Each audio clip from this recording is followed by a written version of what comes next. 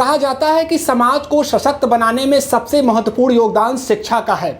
और इस समय बात कर ले तो नया सत्र प्रारंभ हो चुका है। बच्चों के नए कक्षाएं में जाने के लिए अभिभावक जी जान से जुड़ चुके हैं, लेकिन कई चुनौतियां उनके सामने आ रही है। महंगाई का तो बोझ है ही है, साथ ही साथ सभी शिक्षा की सुविधाओं के साथ बच्चों को स्कूल भेजने में अब काफ़ी मुश्किलों का सामना करना पड़ रहा है अभिभावकों को।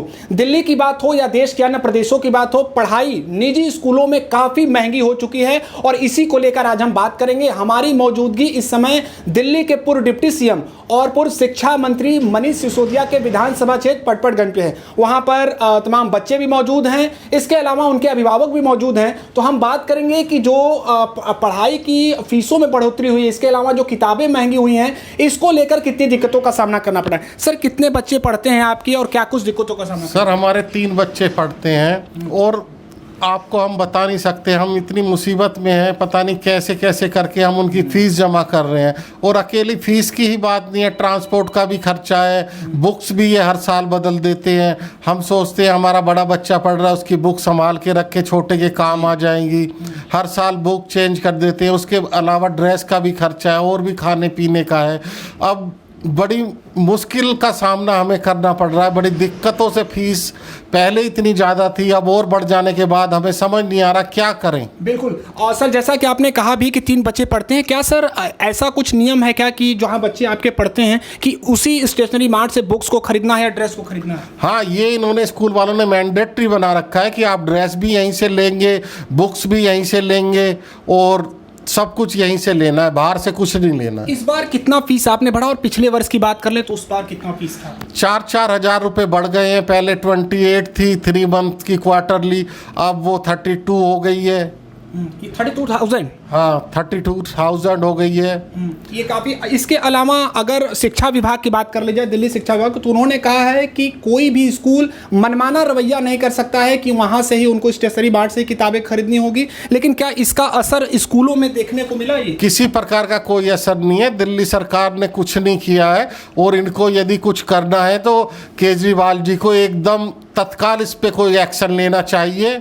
और हर लोग परेशान हैं, सभी के बच्चे होते हैं, कोई मेरे अकेले के नहीं हैं। बिल्कुल, सभी के बच्चे होते हैं और केजरीवाल जी को इसके ऊपर एक्शन लेना चाहिए। तुरंत ये बढ़ी हुई फीसें कम करानी चाहिए।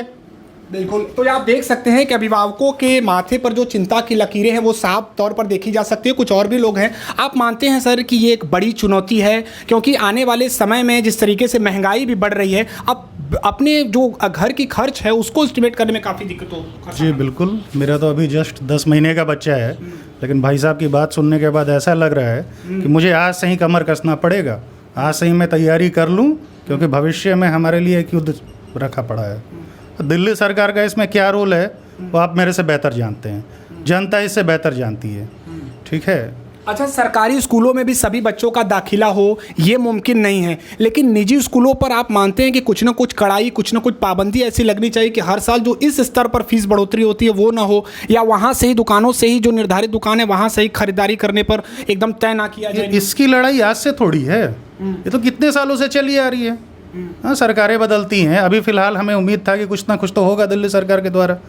कोई एक्शन हुआ नहीं। केजरीवाल जी ने कुछ लिया नहीं, मनीष सिसोदिया जी ने कुछ लिया, कुछ नहीं। चलिए हम और लोगों से बात करेंगे। आप क्या मानते हैं कि अब कड़ाई करने की आवश्यकता है? अभिभावक जैसा कि देख भी रहे हैं कि परेशान हैं, इनके अभी छोटे बच्चे हैं, लेकिन इनके अब माथे पर अभी से ही वो जो चिंता की लकीरें वो साधे। आप क्या मानते हैं कि आप कैसे इसका समाधान? जी बिल्कुल। देखो, शिक्षा के ऊपर सख्त से सख्त कार्रवाई करनी चाहिए। जिस हिसाब से स्कूल वाले हैं अपनी मनमानी चला रहे हैं, स्कूल फीस को लेके, ड्रेस कोड को लेके, बुक्स को लेके, ये एक तरह से इनका कहते हैं ना कि गुंडागर्दी, वो स्कूल वाले अपनी मनमर्जी चला रहे हैं कि जो कुछ करो आप हमारे थ्रू करो, बाहर से हम कुछ भी अलाउ नहीं करेंगे आपको। और ना ही बाहर से कुछ, ना किताबें लेने देते हैं, ना ड्रेस लेने देते हैं। कहते हैं जी हमारा स्कूल का मार्ट बना हुआ है, आप वहीं से जाके लीजिए, बाहर की कोई चीज़ हम अलाउ नहीं करेंगे। और दूसरी चीज़, ये हर साल सिलेबस के साथ साथ किताबें भी चेंज कर देते हैं, जिससे कि लोगों को बहुत परेशानी हो रही है। ये तो मोनोपोली है।